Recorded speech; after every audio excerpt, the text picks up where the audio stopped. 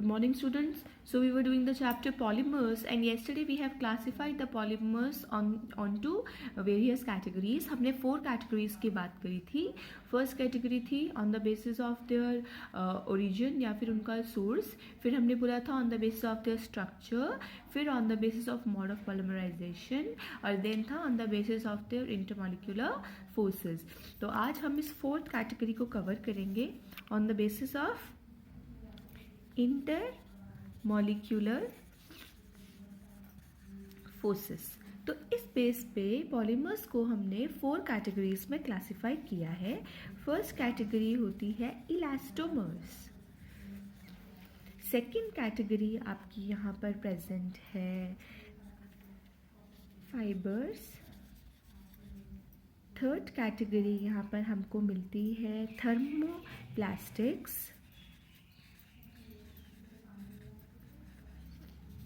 And then the last category is, fifth category is thermosetting.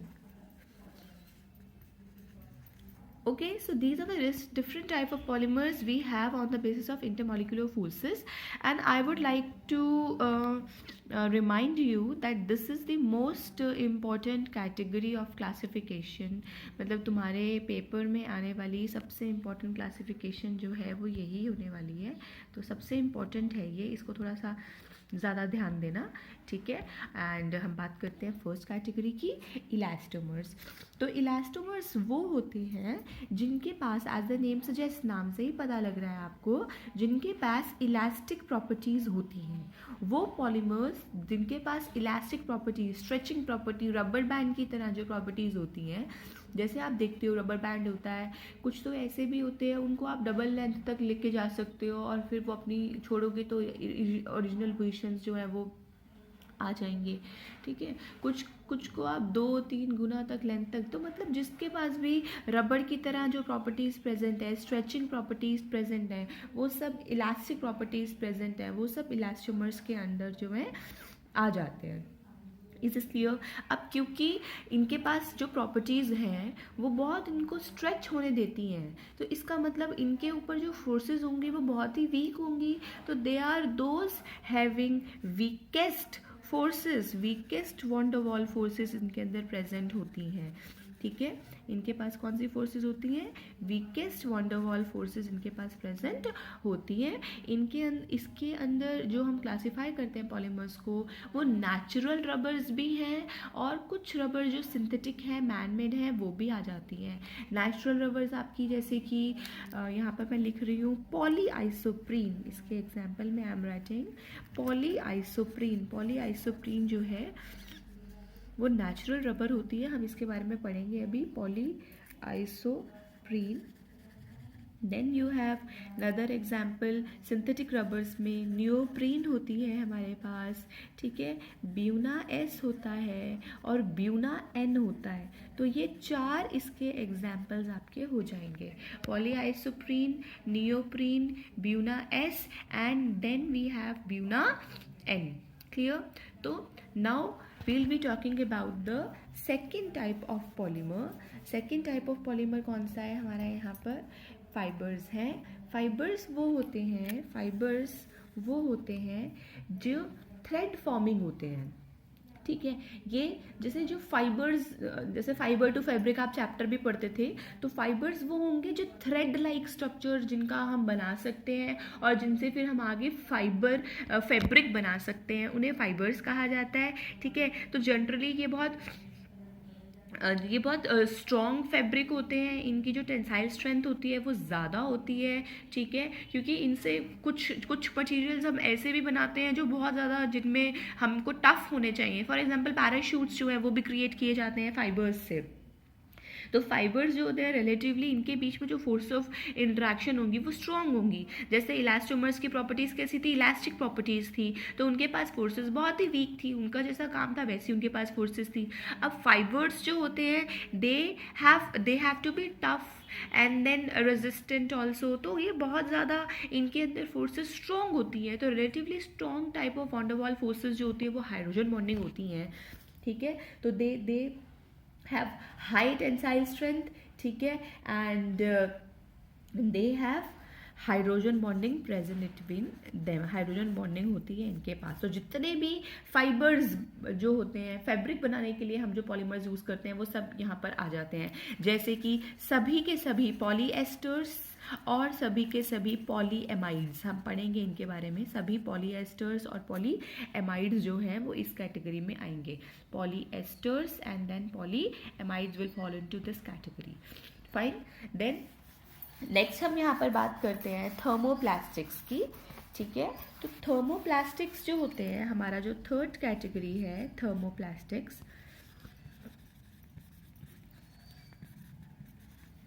So thermoplastics are those types जिनके पास the structure of them is either linear, ठीक है, और they have slightly branched structure, ठीक, and they you know they are capable of, मतलब ये soft plastics होती हैं, soft plastic होती हैं ये, and they are capable of getting to the shape again and again. आप इनको हीट कर सकते हो, थर्मोप्लास्टिक्स, थर्मो मीन्स हीटिंग, आप इनको हीट कर सकते हो तो वापस जो है ये मेल्ट हो जाएंगी, कूल हो जाएंगी, तो वापस अपना जो ओरिजिनल स्ट्रक्चर था उसको रीगेन कर लेंगी। तो थर्मोप्लास्टिक्स जो होती हैं दे प्लास्टिक मटेरियल है। इलास्टोमर्स क्या था, इलास्टिक थी, stretching property, rubber like material, rubber वाले प्लास्टिक थे, ठीक है। फिर हमने पढ़ा फाइबर्स, फाइबर्स वो थे जो फैब्रिक बनाने वाले पॉलीमर्स होते हैं, ठीक है, जिनसे भी कपड़ा बनता है वो पॉलीमर्स जो होते हैं। थर्मोप्लास्टिक्स जो है प्लास्टिक की कैटेगरी के पॉलीमर्स हैं, रबर नहीं है, फैब्रिक नहीं है, प्लास्टिक है ये। पर ये प्लास्टिक्स कैसी होती हैं, लीनियर वाली या स्लाइटली ब्रांच्ड प्लास्टिक्स होती हैं, और रिलेटिवली कैसी होती है, ये सॉफ्ट होती है, ठीक है। कैसी होती है ये, सॉफ्ट, यहाँ पर ये रहती हैं, सॉफ्ट प्लास्टिक्स होती हैं। एंड अब जो होता है इनको आप रिपीटेडली हीट कर सकते हो और कूल कर सकते हो। हीटिंग और कूलिंग पर ये वापस क्या कर लेंगे, अपना जो शेप है उसको, शेप को या जो भी इनकी ओरिजिनल प्रॉपर्टीज़ थी उनको ये रीगेन कर लेंगी। तो बहुत जो कमज़ोर प्लास्टिक्स जैसे कि पॉलीथीन हो गई, पॉलीप्रोपीन हो गई, ठीक है, पॉलीथीन हो गई, पॉलीप्रोपीन हो गई, टेफ्लॉन हो गई, वो सब इस कैटेगरी की प्लास्टिक्स जो हैं रहेंगी। क्लियर है। देन आपके पास लास्ट एग्जाम्पल है, अच्छा इनके बीच में जो फोर्सेस रहती हैं वो वीक फोर्सेस होती हैं, वंडरवॉल फोर्सेस रहती हैं, ठीक है। बट इनकी जो फोर्सेस होती हैं they are slightly, I mean they fall into, उनकी जो कैटेगरी होती है वो दोनों के बीच में होती है। इलास्टोमर्स से ज़्यादा स्ट्रॉन्ग होती हैं, बट फाइबर्स से ये वीक रहती हैं, ठीक है। They are stronger than elastomers but then weaker than the fibres. Then fourth category जो आपकी यहाँ पर है वो थर्मोसेटिंग्स हैं। क्लास 8th में भी आपने थर्मोसेटिंग और थर्मोप्लास्टिक्स पढ़े थे। थर्मोसेटिंग पॉलीमर्स हैं, ये वो पॉलीमर्स होते हैं जिनको आप एक ही बार हीट कर दोगे तो वापस ये एक सॉलिड हार्ड मास की तरह सेट हो जाएंगे और ये कभी भी अपनी शेप को रिगेन नहीं करेंगे। मतलब ये रीयूजेबल रिसाइक्लेबल पॉलीमर्स नहीं है। Once they are heated and they are done, okay. ये वो पॉलीमर्स हैं जो बहुत स्ट्रॉन्ग, मतलब इनका स्ट्रक्चर बहुत ही क्रॉस लिंक्ड होता है, क्रॉस लिंक्ड स्ट्रक्चर्स होते हैं या फिर बहुत हाईली ब्रांच स्ट्रक्चर्स होते हैं। एक बार हीट करने पर जब ये क्रॉस लिंक्स टूट जाते हैं तो आप इनको वापस से नहीं बना सकते। इनके बीच में इतना एक्सटेंसिव बॉन्डिंग होती है कि ये कोवलेंट बॉन्डिंग की तरफ आते हैं, ठीक है। They have covalent type of a bonding, extensive bonding होने की वजह से, ठीक। एंड फॉर एग्जांपल इसके अंदर सारे रेजिन्स आ जाते हैं, रेजिन्स हम पढ़ेंगे चैप्टर में, सभी रेजिन्स आ जाते हैं, जैसे कि बेकेलाइट हो गया, मेलामाइन हो गया, ठीक है। बेकेलाइट है, मेलामाइन है, ये सब इसके एग्जांपल्स हैं। मतलब वो प्लास्टिक्स जो एक बार गर्म कर दिए और उसके बाद आप उनको रीमोल्ड नहीं कर सकते, और इनकी जो फोर्सेस ऑफ अट्रैक्शन है वो सबसे ज़्यादा स्ट्रॉन्ग है क्योंकि ये सबसे ज़्यादा टफ होते हैं। सबसे ज़्यादा हार्ड जो प्लास्टिक्स होती हैं वो थर्मोसेटिंग प्लास्टिक्स ही होती हैं। Is this clear? फाइन। तो अब हम कंपैरिजन करते हैं, relative comparison of the types of forces we have. तो हमने बोला सबसे वीकेस्ट टाइप ऑफ फोर्सेस जो हैं वो किस में प्रेजेंट है, इलास्टोमर्स में प्रेजेंट है, ठीक है। सबसे वीक फोर्सेस किस में प्रेजेंट होती हैं, आपकी इलास्टोमर्स में प्रेजेंट होती हैं। उससे स्ट्रॉन्ग होते हैं आपके थर्मोप्लास्टिक्स। देन उससे स्ट्रॉन्ग होते हैं, थर्मोप्लास्टिक से जो स्ट्रॉन्ग होते हैं वो होते हैं आपके फाइबर्स, और जो सबसे स्ट्रॉन्ग होते हैं वो होते हैं यहाँ पर आपके थर्मोसेटिंग पॉलीमर्स। ठीक है, कौन से होंगे? थर्मोसेटिंग पॉलीमर्स होंगे। तो सबसे वीक हैं आपके इलास्टोमर्स, उससे स्ट्रॉन्ग है थर्मोप्लास्टिक्स, उससे स्ट्रॉन्ग है फाइबर्स, और सबसे स्ट्रॉन्ग जो होंगे वो होंगे थर्मोसेटिंग पॉलीमर्स होंगे। तो जैसे आपको इसमें क्वेश्चन आता है, suppose I have given you 3 polymers, I have given you neoprene, 1 mark question ऐसे बनता है इसमें से। नियोप्रीन दिया आपको दिया मैंने polythene, and I have given you let's say bakelite, and then you are asked to arrange them in the order of their increasing molecular forces. तो you should know that neoprene क्या होता है? एक elastomer है। Polythene क्या है? एक thermoplastic है। देन बेकेलाइट क्या है? एक थर्मोसेटिंग पॉलीमर है। तो सबसे वीकेस्ट फोर्सेस किस में होंगी? नियोप्रीन में होंगी। फिर उससे स्ट्रॉन्ग कौन होगा? पॉलीथीन होगा, और सबसे स्ट्रॉन्ग कौन होगा?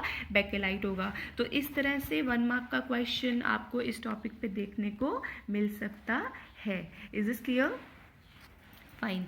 So moving towards the next topic की तरफ अब हम चलते हैं, और आपका जो नेक्स्ट टॉपिक है वो होने वाला है किस तरह से एडिशन पॉलीमराइजेशन जो है होता है। ठीक है, how do we proceed for addition polymerisation. Addition polymerisation कैसे होता है कोई पॉलीथीन को या पॉलीमर को बनाने के लिए। तो मैं यहाँ पे सबसे सिंपल पॉलीमर आपका have chosen the simplest polymer of all which is polythene. ठीक है, पॉलीइथीन। तो how exactly polyethene is formed? Ethene C2H4 होता है। If you remember, ethene is CH2 double bond CH2, right? You remember, इथ मतलब 2 carbon, इन मतलब दोनों carbon के बीच में डबल बॉन्ड। इस कार्बन की 2 बॉन्ड्स हो गई तो 2 हाइड्रोजन, इस कार्बन की 2 बॉन्ड्स हो गई तो 2 हाइड्रोजन। तो this is the structure of your ethene. Ethene हो गया हमारे पास। अब इथीन कितनी बार जुड़ेगा? मल्टीपल टाइम्स जुड़ेगा, तब जाकर क्या बनेगा? पॉलीइथीन बनेगा। तो we have to make polyethene. How I will be making polyethene? तो अब हम यहाँ पर देखते हैं, ये it proceeds through free radical reaction. आपको याद हो तो क्लास 11th में भी हमने थोड़ा सा देखा था, फ्री रेडिकल रिएक्शन के थ्रू ये प्रोसीड करता है। It proceeds through free radical reaction.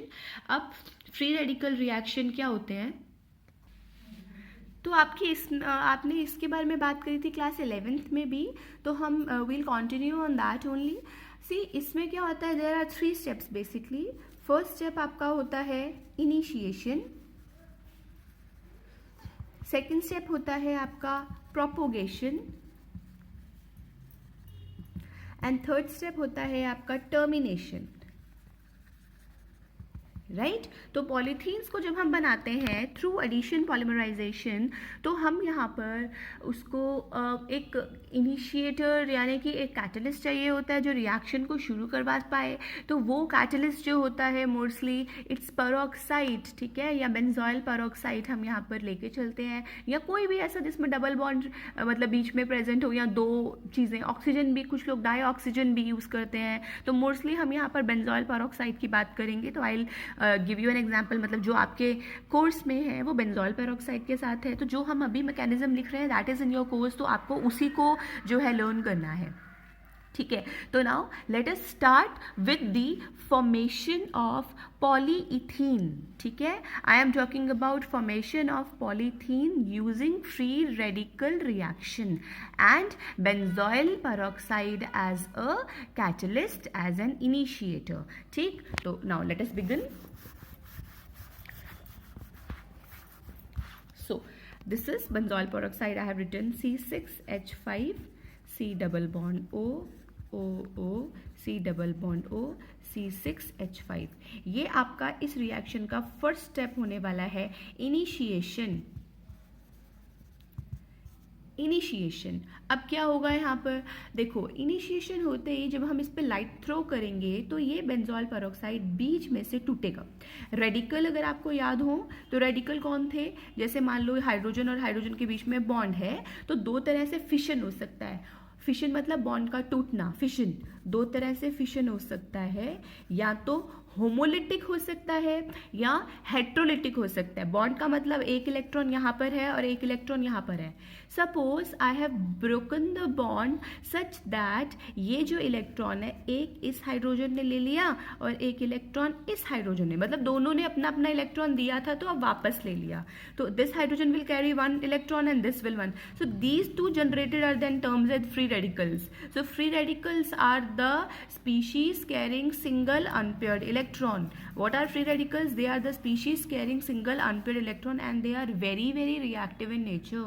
अगर ये रिएक्शन, अगर ये फिजन इस तरह से ना होता और दोनों इलेक्ट्रॉन कोई एक एलिमेंट ले लेता, तो अब इसके पास दोनों इलेक्ट्रॉन आ गए, अपना तो आ ही गया, एक एक्स्ट्रा हो गया, तो एक एक्स्ट्रा हो गया तो मतलब नेगेटिव चार्ज, इसने अपना भी लूज कर दिया तो इसके ऊपर क्या हो गया, एक पॉजिटिव चार्ज। तो अगर ऐसे फिजन होता तो इसे हम बोलते हैं हेट्रोलिटिक। हेट्रो मतलब बराबर नहीं हुआ, पहले जब हमने दोनों को इक्वल इक्वल दे दिया था तो वो था होमोलिटिक फिजन। तो जब भी फ्री रेडिकल्स बनेंगे तो होमोलिटिक फिजन ही होगा, तभी फ्री रेडिकल्स जो है वो बन पाएंगे। तो इसको, ये स्ट्रक्चर आप देख सकते हो, एक सिमेट्रिक स्ट्रक्चर है। यहाँ पे दो oxygen CO C6H5 CO C6H5, तो बेसिकली ये यहाँ से एकदम सिमेट्रिक है। तो बीच में से जो ये वाली बॉन्ड है ये होमोलिटिक फिजन शो करती है। क्या शो करती है? Homolytic fission. मतलब इसका जो दो इलेक्ट्रॉन है वो एक इलेक्ट्रॉन ये ले लेता है और एक इलेक्ट्रॉन ये स्ट्रक्चर ले लेता है, तो दो यूनिट ऑफ फ्री रेडिकल्स मिलते हैं। आपको क्या मिलता है? 2 times C6H5 C double bond O exactly, और ये O पे एक डॉट। ठीक है, अब आप देखोगे ये जो C डबल बॉन्ड O है, अगर यहाँ पर भी C डबल बॉन्ड O हो जाए तो ये बन जाएगा carbon dioxide, and carbon dioxide is one of the very stable structures. तो क्या होता है, ये जो कार्बन है इसने यहाँ पे एक बॉन्ड किया हुआ था, ये कार्बन अपनी बॉन्ड यहाँ से तोड़ता है। ये क्या करेगा, इसको इसका इलेक्ट्रॉन दे देगा और एक अपना इलेक्ट्रॉन ले लेगा। तो क्या बन जाएगा, आपको मिलेगा C6H5 पे रेडिकल। ठीक है ना, इसने एक इलेक्ट्रॉन ले लिया और ये जो C था, C के ऊपर क्या आया, एक डबल बॉन्ड थी, एक इसने इस ऑक्सीजन के साथ इलेक्ट्रॉन लिया हुआ था और एक इलेक्ट्रॉन अब कार्बन को मिल गया। तो ये इलेक्ट्रॉन और ये वाला इलेक्ट्रॉन जो है मिलकर क्या बना लेंगे, बॉन्ड बना लेंगे। तो बेसिकली आपको यहाँ पर कार्बन डाइऑक्साइड का स्ट्रक्चर जो है रिलीज हो जाएगा। तो इनिशिएशन का मतलब ही ये था कि हम फ्री रेडिकल्स को जनरेट कर रहे हैं। तो हमारा जो फर्स्ट फ्री रेडिकल है वो मिलके आ चुका, फिनाइल रेडिकल। कौन मिला है यहाँ पर? C6H5। C6H6 बेंजीन होता है और C6H5 को कहा जाता है, जब मतलब benzene as a substituent present होता है तो उसे फिनाइल कहते हैं, इफ यू रिमेंबर। तो C6H5 रेडिकल मिल गया तो this is your phenyl radical now. तो अब फिनाइल रेडिकल जो है वो रिएक्ट करना शुरू करेगा। ठीक है, फिनाइल रेडिकल अब किसके साथ रिएक्ट करेगा? फिनाइल रेडिकल जाएगा किसके पास? इथीन के पास। पॉलीथीन बनना है तो इथीन के पास तो उसे जाना पड़ेगा, CH2 डबल बॉन्ड CH2। अब आप देख सकते हो इसके पास डबल बॉन्ड है। ये डबल बॉन्ड अगर सपोज मैं इस तरह से ब्रेक करूं कि एक इलेक्ट्रॉन इसको और एक इलेक्ट्रॉन इसको, मतलब होमोलिटिक फिजन किया हमने दोबारा, तो ये C6H5 इस पर अटैक करेगा। आपको क्या मिल जाएगा? C6H5 CH2। ठीक है, अब देखो इनिशिएशन हो चुका है, अब जो चलेगा वो होगा प्रोपोगेशन। प्रोपोगेशन मतलब एक फ्री रेडिकल से दूसरे फ्री रेडिकल का जनरेट होना। ठीक है, एक फ्री रेडिकल से दूसरे फ्री रेडिकल का जनरेट होना। अब क्या है, अब आप देख सकते हो इसकी जो पहले C6H5 अकेला था, अब C6H5 फ्री रेडिकल के साथ एक इथीन यूनिट जुड़ गया। अब ये इथीन यूनिट फिर से जाकर एक और इथीन यूनिट पर अटैक करेगा। अब ये इथीन यूनिट फिर से होमोलिटिकली फिजन शो करेगा और एक एक इलेक्ट्रॉन जो है दोनों ले लेंगे। अब ये इसके साथ दोबारा कंबाइन कर जाएगा, क्या बनेगा नेक्स्ट? C6H5 CH2 radical. अब आप देख रहे हो ये चेन जो है लॉन्ग हो गई। अब ये लॉन्ग होती जाएगी, कितना? n times. मतलब ये जो रिएक्शन है, ये जो स्टेप है, मल्टीपल टाइम्स होगा और एक बहुत लंबी चेन, इतनी लंबी चेन बननी चाहिए कि जो स्ट्रक्चर्स हमको दिखते नहीं थे, कार्बन हाइड्रोजन आप देख नहीं सकते हो, पर जब वो कार्बन हाइड्रोजन किस में कन्वर्ट हो जाते हैं? पॉलीथीन में कन्वर्ट हो जाते हैं, तो आप उन्हें देख पाते हो। तो ये चेन इतनी लंबी होनी चाहिए कि वो स्ट्रक्चर्स जो आपको दिखते नहीं थे ठीक है, वो आपकी रेंज ऑफ विजन में आ गए हैं, वो आपको दिखने लग गए हैं, तो आप खुद ही सोच सकते हो कि कितने मतलब अवोगाड्रो नंबर जितने पार्टिकल्स जो है यहाँ पर जो है कंबाइन होते रहेंगे, बहुत सारे, plenty of ethene molecules will combine. So this is the propagation. ठीक है, अब ये मैंने n टाइम्स लिया है, मतलब n यूनिट है, पता ही नहीं कितने यूनिट है. अब लास्ट स्टेप क्या होगा? Termination. This has to end. Termination में क्या होता है? जो फ्री रेडिकल जनरेट हुआ वो खत्म हो जाएगा, तो टर्मिनेशन हो गया. अब जैसे ये एक फ्री रेडिकल है, ऐसा ही एक फ्री रेडिकल आकर आपस में जुड़ जाए तो टर्मिनेशन हो जाएगा. ठीक है, ऐसा ही एक फ्री रेडिकल आपस में आके, मतलब ये वाला फ्री रेडिकल इसी तरह के एक और फ्री रेडिकल से आकर जुड़ जाए तो कुछ ऐसा मिल जाए आपको, C6H5 CH2 बीच में n टाइम्स है.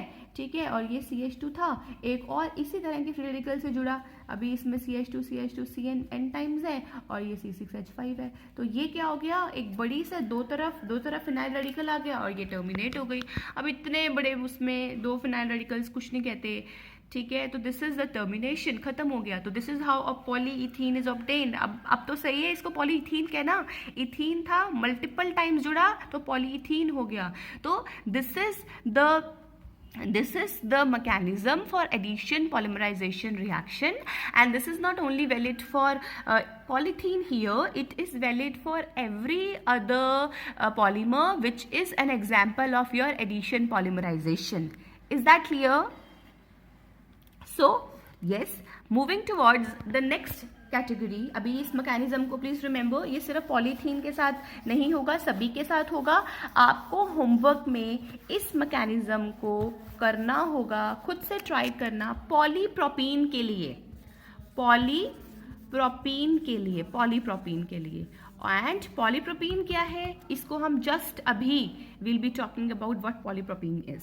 ठीक है, फाइन. सो नेक्स्ट जो है हमारा यहाँ पर वो है पॉलीथीन के बारे में थोड़ी सी और बात है. जैसे कि मैंने आपको कल वाली वीडियो में बोला था कि पॉलीथीन जो है वो दो तरह की होती है. LDP जिसको हमने बोला था लो डेंसिटी पॉलीथीन, एंड HDP जिसको हमने बोला था हाई डेंसिटी पॉलीथीन. ठीक है, तो you have to types of polythenes. It is LDP low density polythene और it is HDP high density polythene. Fine. तो अब आपके एग्जाम में इस पर एक नंबर का क्वेश्चन आ सकता है. वो क्या कर सकता है? आपसे इंडिविजुअली पूछ सकता है कि व्हाट इज LDP या व्हाट इज HDP, या फिर आपसे पूछ सकता है the difference between LDP low density polythene and HDP high density polythene.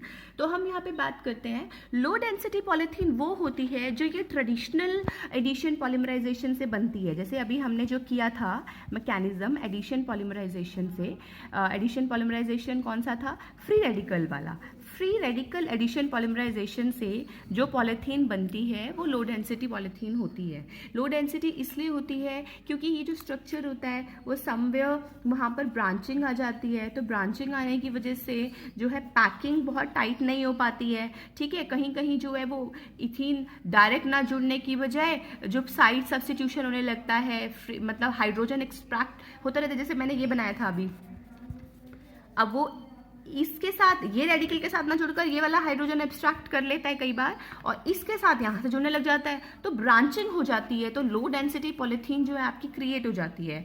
ठीक है, तो ये जो पॉलीथीन होती है ये बहुत सॉफ्ट होती है. और इसको बनाने के लिए देखो हमको क्या चाहिए था? एक तो कैटलिस्ट चाहिए था. डिफरेंसेस देखो आप, हमको एक कैटलिस्ट चाहिए था. बेंजोल पेरोक्साइड हमने एज ए कैटलिस्ट लिया है. यहाँ पे कैटलिस्ट कौन रहता है? Benzoyl peroxide. यहाँ पर बहुत ही हाई प्रेशर चाहिए होता है, लगभग 1000 से 2000 एटमॉस्फेयर का बीच में प्रेशर चाहिए होता है. एंड देन टेम्परेचर भी हाई चाहिए होता है. 350 टू 570 कैल्विन चाहिए होता है. ये आपको थोड़ा लर्न करना पड़ेगा. ठीक है, तो ये हो गए आपके लो डेंसिटी पॉलीथीन के बारे में पॉइंट. अब ये जो प्लास्टिक बनकर आती है ये रिलेटिवली मतलब अगर मैं हाई डेंसिटी से कंपेयर करूँगी तो रिलेटिवली सॉफ्ट होती है। वैसे तो अपने आप में ये टफ होती है बट देन रिलेटिवली सॉफ्ट होती है। फ्लेक्सिबल काइंड ऑफ प्लास्टिक होती है, जैसे कि घर में जो डब्बे वगैरह होते हैं, जो कंटेनर्स होते हैं जिसके अंदर हम सामान रखते हैं प्लास्टिक के, या प्लास्टिक की जो बॉटल्स आती हैं पीने वाली, कोल्ड ड्रिंक वगैरह आती हैं जिसमें स्क्वीज़ बॉटल्स आती हैं, ठीक है, स्क्वीज़ बॉटल्स कहते हैं। या फिर जो पाइप्स होती हैं प्लास्टिक की आप बनाते हो, वायर्स जो होती हैं, जो फ्लेक्सिबल टाइप ऑफ पाइप्स होती हैं, वो सब, तो उस सब को छोटी छोटी आर्टिकल्स बनाने के लिए आप लो डेंसिटी पॉलीथीन को यूज़ करते हैं। Is that clear? तो इसके पॉइंट्स आपको क्या रिमेंबर करने हैं कि आप लो डेंसिटी पॉलीथीन को फ्री रेडिकल मैकेनिज्म के थ्रू बनाते हो, फ्री रेडिकल पॉलीमराइजेशन के थ्रू, ठीक है। ये ब्रांचिंग होती है इसमें कैटलिस्ट आप यूज़ करते हो, पेरोक्साइड यूज़ किया जाता है, ठीक है, एज एन इनिशिएटर। देन इसमें दिस इज केमिकली इनर्ट, ठीक है, tough but then flexible, and this is made used for making squeeze bottles and flexible pipes, and it requires a high pressure of 1000 to 2000 atmosphere and 350 to 570 Kelvin temperatures. Clear है? Fine. Now let us talk about high density polythene. High density polythene, as it is suggesting कि इसकी जो density होती है वो बहुत high होती है, हाई डेंसिटी होती है। उसका रीज़न यहाँ पर क्या होगा कि पैकिंग जो है वो बहुत स्मूथ होगी, मतलब एक दूसरे के बीच में रहेगा, बहुत अच्छे से पैक हो पाएगा। इसका मतलब यहाँ पर ब्रांचिंग नहीं हुई, नो ब्रांचिंग, यहाँ पर कोई ब्रांचिंग आपको नहीं होती, ठीक है। इसकी डेंसिटी इसीलिए हाई होती है। रीज़न ये है, इसको हम ट्रेडिशनल फ्री रेडिकल पॉलीमराइजेशन से ना करवाकर हम यहाँ पर एक स्पेशल कैटलिस्ट यूज़ करते हैं, जिसके लिए उस पर्सन को अवार्ड भी मिला था। हाई डेंसिटी पॉलीथीन बनाई थी जिसने, Ziegler Natta, he was a person, Ziegler Natta. Ziegler Natta as a catalyst use किया जाता है, जिगलर नाटा कैटलिस्ट कहा जाता है। तो Ziggler Natta catalyst is aluminium के साथ आपको कोई भी एल्यूमिनियम की 3 वैलेंसी होती है, तो 3 एल्काइल ग्रुप लेते हैं। मैं R3 ले रही हूँ, ठीक है, 3 एल्काइल ग्रुप, जैसे AlCl3 बनता है ना। अब क्लोराइड की यहाँ जगह यहाँ पर कोई कार्बन चेन लगाइए, R लगाया जाए। जैसे इथाइल अगर आप लेते हैं 2 कार्बन का, तो ये हो जाता है ट्राई इथाइल एल्यूमिनियम हो जाता, ठीक है, ट्राई इथाइल एल्यूमिनियम। प्लस यहाँ पे एक ट्रांजिशन मेटल लिया जाता है टाइटेनियम, टाइटेनियम को +4 ऑक्सीडेशन स्टेट में ले जाने के लिए मैंने यहाँ पे ले लिया टाइटेनियम क्लोराइड। तो ये पूरा आपका जिगलर नाटा कैटलिस्ट है। इसको लर्न करना है आपको, you have to learn this because it may be asked in 1 mark question कि what is a Ziegler Natta catalyst. तो aluminium chloride plus titanium chloride जो है, यहाँ पर एल्यूमिनियम ट्राई इथाइल एल्यूमिनियम या trialkyl aluminium plus titanium chloride जो है वो आपका जिगलर नाटा कैटलिस्ट है। यहाँ पे जो पैकिंग है वो बहुत ही टाइट होती है, ठीक है, क्योंकि ये कैटलिस्ट इस मैकेनिज्म को करवाता ही इस तरह से है। और यहाँ पे जो प्रेशर होता है वो बहुत कम चाहिए होता है, ओनली 6 to 7 एटमॉस्फेयर प्रेशर में हो जाता है। ऑल्दो टेम्परेचर जो है दोनों में कंपेरेबल होता है, जैसे यहाँ पर भी 333 से 343 केल्विन है, तो स्लाइटली कम कह सकते हैं उससे, बट फिर भी कंपेरेबल है ये, ठीक है। ये भी केमिकल इनर्ट होता है, टफ होता है, हार्ड होता है, मतलब उसके कंपैरेटिवली ये बहुत हार्ड होगा। और इससे जैसे बकेट्स बनाने हैं प्लास्टिक के, या फिर मतलब बहुत जो टफ आर्टिकल्स हो जहाँ पे थोड़े से स्ट्रॉन्ग प्लास्टिक चाहिए हो, ठीक है, डस्टबिन्स बनाने के लिए, बकेट्स बनाने के लिए, पाइप्स, थोड़ी स्ट्रॉन्ग पाइप्स बनाने के लिए इसको जो है यूज़ किया जाता है, ठीक। तो अब आप क्या करेंगे, आप ये देखेंगे कि कुछ कॉमन तरह की जो प्लास्टिक्स हैं, जैसे कि मोबाइल फ़ोन का जो कवर है, मोबाइल फ़ोन के कवर में कौन सा जो है आपका पॉलीमर यूज़ होता है, ठीक है। Look for this answer, mobile phone के कवर्स में मोबाइल फ़ोन की बॉडी को बनाने के लिए कौन सा पॉलीमर हम यूज़ करते हैं। तो you have to do this as a 1 marks question, low density polythene and high density polythene 1 to 2 marks में ये आ सकता है, ठीक है। तो अभी मैंने बोला था आपको कि I will be telling you about polypropene, right. तो अभी हम from now onwards we'll be starting making the polymers, but आज के लिए हम सिर्फ 2 ही पॉलीमर्स की बात करेंगे, then we'll proceed. First polymer जो आप देख ही रहे हैं, कैसे आपको जब भी बोला जाएगा पॉलीमर बनाकर दिखाओ, उसमें आपको you will be put up 2 questions. वो कहेगा पॉलीमर बता दो या मोनोमर बता दो, either you will be asked for polymer और फॉर मोनोमर। तो जैसे मैंने लिखा इथीन से मैं पॉलीथीन बना रही हूँ, आई एम मेकिंग पॉलीथीन, तो मेरा यहाँ पर जो मोनोमर होगा वो इथीन होगा। कितने इथीन? n इथीन लेंगे। अब इथीन का क्या होगा? यहाँ पे पॉलीमराइजेशन होगा। ठीक है, इथीन का क्या होगा? पॉलीमराइजेशन, कोई भी मोड हो पॉलीमराइजेशन होगा। क्या मिलेगा आपको? CH2 single CH2। आपको क्या करना है, जब भी कोई पॉलीमर बनाना है, तो जैसे डबल बॉन्ड है, डबल बॉन्ड को हमने कन्वर्ट कर दिया सिंगल बॉन्ड में, दोनों तरफ डैश लगाया और ब्रैकेट में डालकर n लगा दिया। CH2 डबल बॉन्ड CH2 था, n टाइम्स हमने लिया। जब ये पॉलीमर बनेगा तो CH2 के यूनिट्स आपस में लॉन्ग चेन में जुड़ते जाएंगे। डबल बॉन्ड को सिंगल बॉन्ड, दोनों तरफ डैश और n लगा दिया, तो ये आपका था इथीन। इथीन था मोनोमर। मोनोमर मतलब एक यूनिट, जो जुड़ने वाला यूनिट है वो इथीन है। और ये बनकर आया पॉलीथीन, ये है आपका पॉलीमर। तो क्वेश्चन पेपर में ध्यान से देखना कि उसने मोनोमर पूछा है या फिर आपसे पॉलीमर पूछा है। सेकंड मैं बनाती हूँ यहाँ पे पॉलीप्रोपीन। पॉलीप्रोपीन, सी प्रोपीन क्या होता है? प्रोपीन होता है ये, right? CH3 CH double bond CH2, this is propene. Prop मतलब 3 कार्बन, इन मतलब डबल बॉन्ड। अब पॉलीप्रोपीन मतलब इसका n times. I am just making the polymer. I'll explain you this in the next class because my phone's battery is running out, so it may get switch off. आप देख सकते हैं ये polypropene बनेगा। n times हमने लिया CH3 CH double bond CH2 CH2 CH2 CH3n। अब क्या है कि ये जुड़ने वाला यूनिट नहीं है, एडिशन पॉलीमराइजेशन डबल बॉन्ड से होगी, तो मैंने डबल बॉन्ड को सिंगल बॉन्ड करा और साथ में ये जो CH3 यूनिट है इसको साइड में ले लिया, ब्रांच में ले लिया। ये जुड़ने वाला यूनिट नहीं है, तो this is your propene, this is your polypropene. Understood? So these are the two polymers. आपको मैंने कहा था पॉलीप्रोपीन का एडिशन पॉलीमराइजेशन रिएक्शन करके दिखाना, तो I have made this polypropene, आप इसको करके दिखाएंगे। Thank you, I will see you in the next video.